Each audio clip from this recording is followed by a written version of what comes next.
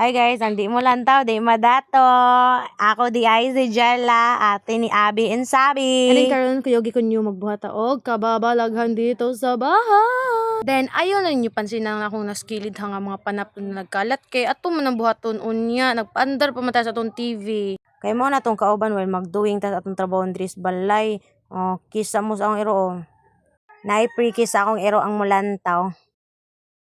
Yang gipa-flex yang irong kuan bagong kinawat sa silingan. Eme, amo na oy, nung sa day ka lablab kay nakuna. Una pagay na naligo ng iro kaysa ng tag-iya. Kumot pamanggani ning iro kaysa tag-iya. Kay kung istorya pa lang ning kalag sa sulod sa atong lahwas, sus dugay nang nilayas. Pero eme, raoy buutan man ta. Wait, from the word buutan, of course magsugod na taon sa mapamay dugay-dugayo. Under na atong music dra o pinakusgang music nga tas na puning speaker der skilid aw kay gidungan yun. And then kini nga video guys, time lapse ra nako ni. Oy kay pag na ako pa ning original nga video na lisod. And kung kakita mo, walay mga bata sa akong palibot kay of course, klase man sila, te. And of course, free ko sa balay. Uy, ay kay kung naamagod sila, kay di magkukapi og lihok-lihok ba, like magsiko pamuyag nila. So like, karon it's my day magkanta general cleaning ta dris balay. So, karon I'm so happy guys kay it's my freedom. So, freedom sa balay ha kay makapanglimpyo ko and then tsada pud kay akong vibes kay naay music. Age, lame kayo. And then giduyugan pud ta sa music nga perting nindota of course kisa po mamilian ng bati nga music, di ba? Kailangan ka nag yung vibes sa atong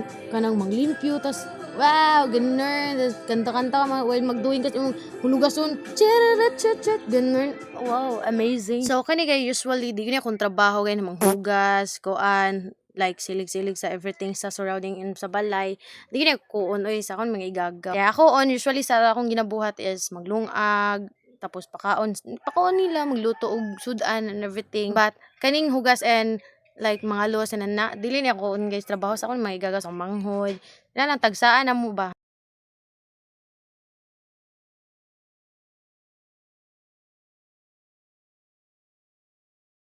Pero di guys, oy ang reality gud na guys. Mura gyud mig iro og iring ana guys. Di gyud mi magkuan sinabtanay aning trabaho pero sometimes ra. But there's a time pud oy nga magka sinabtanay pud mi sambong trabaho and like linaw kaayo mi magtrabaho, walay saba. Like mao gud na akong layhan ba nga magsinabtanay ra gud sa iyong trabaho like linaw ng trabaho walay tsagitanay, walay kuan, tapos kanang relaxing kay inyong trabaho like wala kay kanang trabahong walay dala dumot. Kaya naman kay mausay pud guys, mo kay kanang suguon gini ka.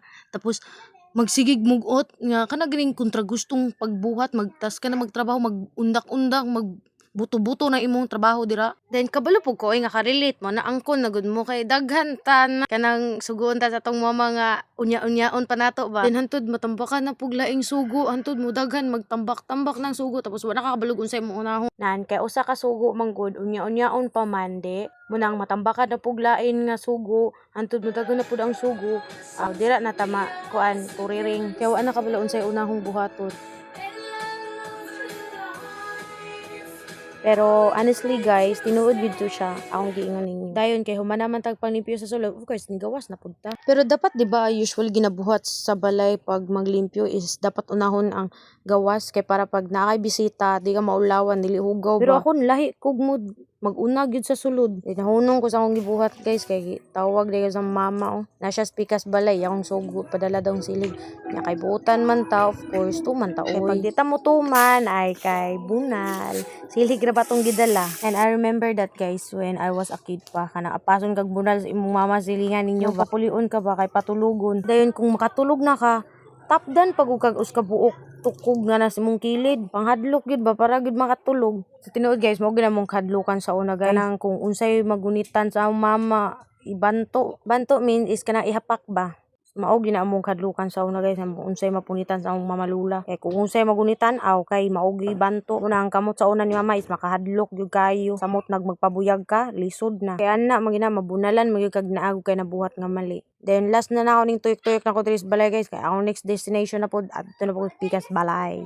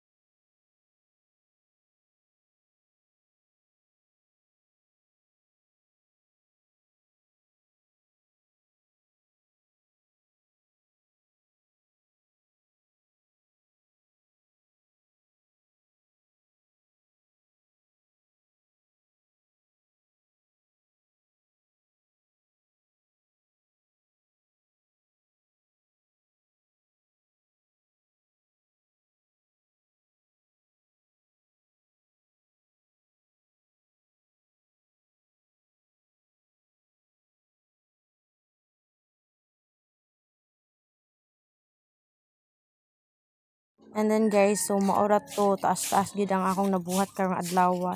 Sana all. Salamat kayo sa paglantaw guys. So imo man human. Thank you. I love you. Mwah mwah.